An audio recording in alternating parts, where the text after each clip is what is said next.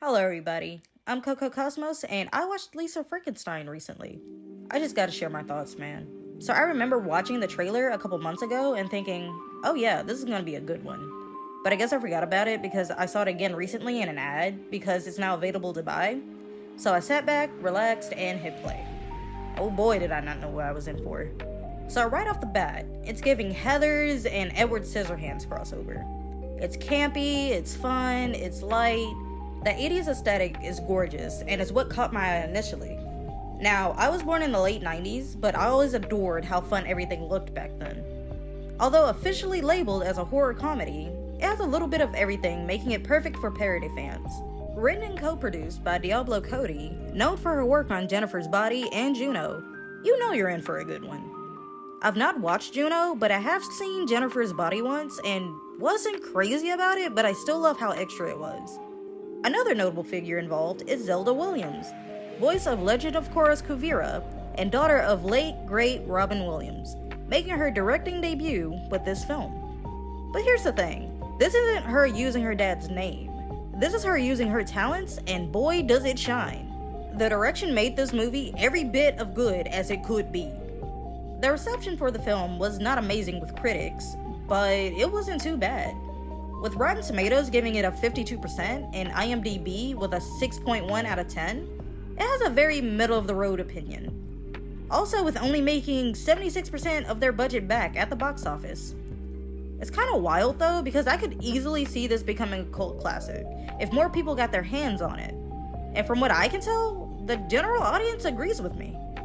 This will contain spoilers beyond this point, so if you still want to watch the movie, I recommend watching it first, then coming right on back. But I will tell you that you're in for a fun ride.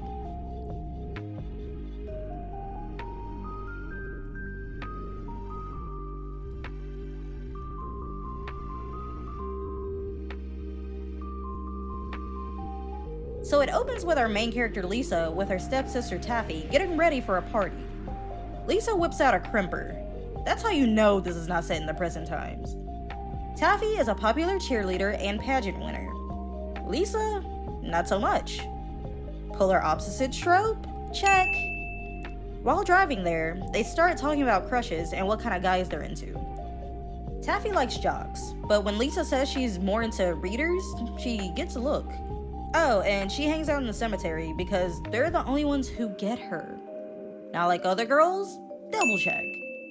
They get to the party and Lisa doesn't drink or do the usual teenager activities. Fish out of water? Check. Oh, and her crush is one of those dudes who use big words and poetry to make you think he's smarter than he appears, and not like other guys. Spoiler? He's exactly like other guys. Now here's my thing. All of her sister's friends thinks Lisa is weird, and her sister explains it's because her mom got murdered by an axe murderer in front of her. Now, I did not think they were serious. That's my own fault. But it's very much canon. And turns out, Lisa's dad met Taffy's mom 6 months after the murder of his own wife, and got married. Oh, and her stepmom hates her. Mean stepmom and quick marriage? Check. Lisa takes a drink from her crush's friend and her classmate to look cool, but turns out it was laced. Girly is not good. Remember kids, never takes drinks from strangers. Especially at parties. She finds a familiar face when she goes indoors, and at first it seems like he's trying to help, but it turns out he's a predator. Luckily, she's able to get out of there and stumbles herself into the cemetery, her safe space. The sky flashes a strange but pretty green color. But nothing to worry about, right? She walks up to the headstone of the grange she always hangs out at and says, I wish I was with you. She finds her way home afterwards, but when she looks into her bathroom mirror, lightning strikes. There's a zappy zap noise, and she smashes her mirror. She changes, gets into bed, and has the most beautiful dream. I mean, to me, this is so stunning. Albeit creepy, but beautiful. She's even done up as the bride of Frankenstein's monster. In the morning, her sister goes to wake her up because her mom is pissed about the mirror. Told ya. Your dad wanted to give you the benefit of the doubt, but I knew. She clearly hates Lisa. Like, there's no room for doubt. Her dad mentions the big green ball in the sky, but no one pays it any mind. See that ball lightning?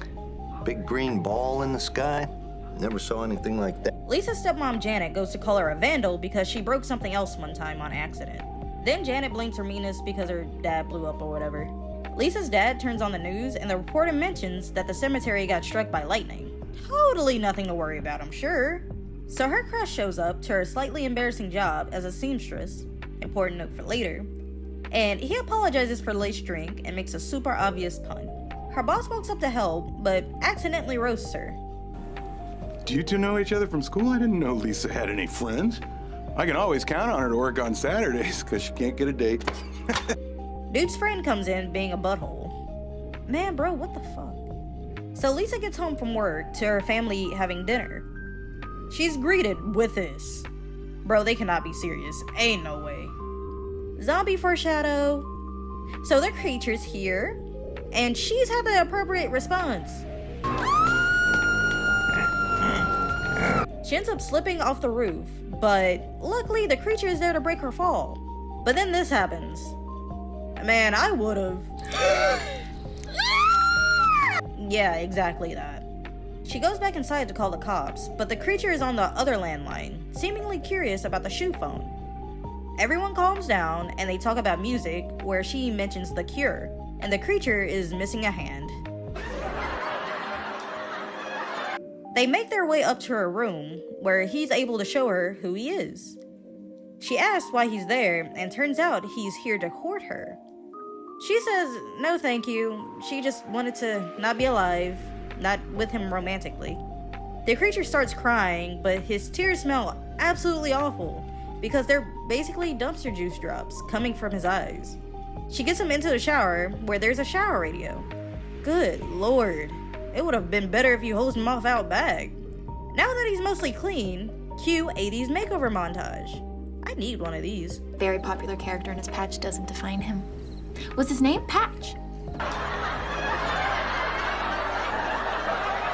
So the family comes back from seeing a movie, and the family sees all the damage, and Lisa blames a burglar and describes him thoroughly. But unfortunately, That sounds like the Hamburglar. her stepmom thinks Lisa did it for attention and wants to send her off for a grippy sock vacation. The creature overhears this and is very unhappy. I know this movie is a mix and mash of various cliches, but I really do hate this woman. She did too good of a job. At least Taffy has her back. So Lisa goes up to her room and the creature sees her crying in bed. This makes him sad too. Next day, the creature is going to help Lisa get ready and she protests. But he throws a dress, a coat, and a hat at her and scurries back into the closet. Now she's strutting down the hallway like the beauty she is. Everyone notices her now that she looks more feminine. Back at the house, Janet is doing some housework and the creature is lurking, watching her. He gets a little intrigued by the piano though and hits a couple keys. Janet ignores this though and ends up outside where I guess a door-to-door salesman upsets her. The creature then coughs up a worm into her food and carries on. Janet ends up eating the worm and losing her mind, as most people would. His face doesn't show much emotion, but I would say the creature is pretty satisfied with himself. At school, Lisa's flirting with the guy. His name's Michael. I forgot he had a name. Then Taffy rolls up and starts blocking because she views him as an undesirable. He makes a smart remark and leaves. I really don't get your fixation with that one. Remember this. It's important. Taffy asks Lisa to cover for her while she goes out for the night. Apparently their dad asked like the bare minimum questions like where you going and will you be back, so that means he is obsessed. Lisa agrees anyway. Lisa is now chatting with the creature about her crush and sarcastically asks how she could repay him. It's pretty obvious he wants his missing and not functioning bits replaced. She says she doesn't know how to fix them and that Taffy says it's a waste to fix a guy anyways. So real. And the creature gets kinda upset with that. But then... Damn it! Janet! Damn it, Janet, I love you. The creature hobbles into her closet and closes himself in. Janet is now threatening Lisa because she almost ate a worm. Even calls her a bitch, then slaps her when Lisa tells her to shut up. The creature has had enough now and bonks her over the head with a sewing machine. We have an heir! Now they have to get rid of the body. Easy, they just dump her into his former grave. She asks if it's peaceful, you know, down there, and he shakes his head no. They skip happily away. Now the creature is getting himself a new ear. It's not working as it should, but the creature draws a lightning bolt on Lisa's hand, and she has an idea. They cook him in the tanning bed, and now he has a fully functioning ear. She starts scaring him, unfortunately. New day. Lisa's a bad girl now and making dad jokes. They start talking about how Janet is at the conference, and surprisingly, Lisa is singing her praises. Taffy got a hickey. Lisa asks about it, and Taffy gives a very terrible lie. Off to school they go. Lisa leaves a note with a kissy mark in a special someone's locker to meet her at the lake.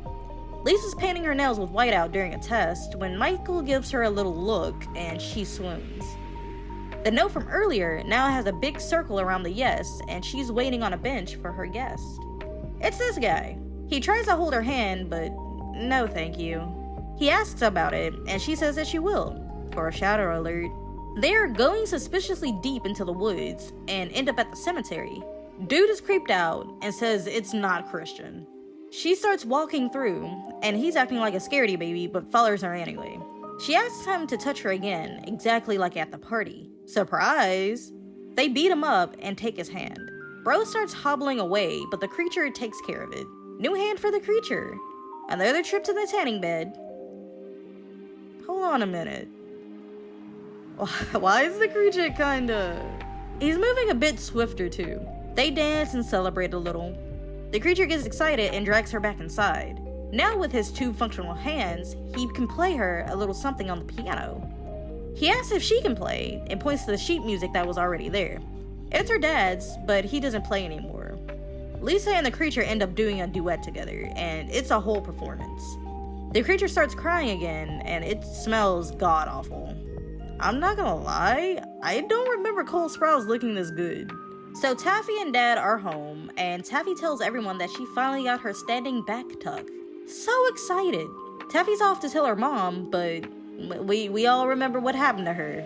So Lisa tells her to just tell her tomorrow. Unacceptable. Taffy was promised diamond studs if she got her back tucked, so off she goes. Lisa says she's gonna go to her room because she has a pop quiz, but like, pop quizzes are usually, popped on you. Lisa comes up with a story though when her dad notices her hands. He asked about the whiteout. So upstairs, she's talking with a creature in her closet, and he found her doll. He also found her recorder from the 6th grade and her, massager. Taffy comes up and tells Lisa that her mom never checked into her hotel, and she has searched high and low and assumed the worst. There's a giant blood stain on Lisa's carpet, so... Distraction! Taffy is very sure that something is wrong though, and reminds Lisa that her mom has already been murked, but she apologizes and goes to talk to Dad. Later, the creature is giving Lisa a back massage. She offers to massage him and asks if he's able to feel anything. He gives a slight affirmative, and she says the closet must have been uncomfortable then. Downstairs, Dad and Taffy are on the phone, I guess reporting Janet missing and giving a description. Tiny bit chaotic. Back upstairs, Lisa says she's a bit tense because it's a matter of time before they find Janet. So the creature tries to give her a massage again, and they're still trying to describe Janet downstairs. And Taffy done told these people even what perfume Janet wears and her cross necklace. Then the person on the phone calls Janet a bitch, and Taffy agrees. So yeah, while Dad and Taffy are reporting Janet missing, Lisa and the creature are doing freaky things. Distraction! Taffy says the Jamaican lady on the phone told her that her and her mom share a heart, so something has to be wrong. And Dad tells her not to worry. So upstairs, they're talking more about her mom's passing while they're drinking milk? Apparently Lisa isn't afraid of death anymore, but doesn't want to die a virgin. The creature chokes on his milk and drinks more to not interact to her asking if he was one. He has one body, and he loved her. Lisa says that she would like to do it with someone she loves too.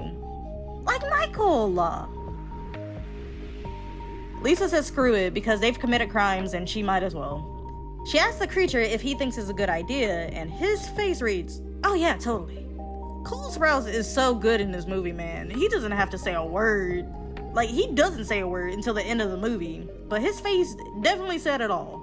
Sleepy time? Oh yeah, this look is everything. Apparently it's Taffy's costume. Taffy's still pretty bummed that her mom might be deceased, and Lisa offers to drive them to school instead. They've arrived, and there's cops there. Not good for Lisa. Taffy's friends come to console her, and Taffy asks why the cops are there. It's about that one guy, and apparently his name's Doug. Taffy says there's just too much going on, and she's leaving. She forgot that Lisa needs a ride home and asks her friends, but Lisa feels the vibe and says she can walk home. So a bit later, Lisa gets called out of class to the office, and Michael's friend is there with the cops and principal, and Lisa is asked if she knows anything about Doug disappearing. Well, it turns out Michael's friend snitched, and there's witnesses seeing Lisa and Doug together at the lake. Well, distraction! Oh, and Lisa's dad leaves a voicemail at the house saying that Janet's car was spotted, and the creature overhears this while he was playing the piano. Here comes my favorite part. I had actual tears coming from my eyes. So the creature grabs the keys and plans to borrow Janet's car, and Lisa refuses to speak without a lawyer. Papaw said the creature don't belong here in his neighborhood. Well, the creature wasn't trying to hear that, and Papaw's grandson waves happily at the creature as he putters on down the road. Lisa's pissed, by the way. The creature learning to drive is amazing, because he's going too slow and he's playing classical music. Bruh, I don't know if I'd risk it all for Cole, but I might risk something. So the creature picks Lisa up, and she says she has to go to Michael's now. Also, this is a anti-theft device. Lisa tells him to turn right, and he stops the car. Creature doesn't think this is a good idea. Lisa tells him there's nothing to worry about on one front, but on the other one, it's a problem. She makes fun of him for having a big wheel bicycle. Well, the creature takes her to Michael's begrudgingly. Lisa has stalked this kid.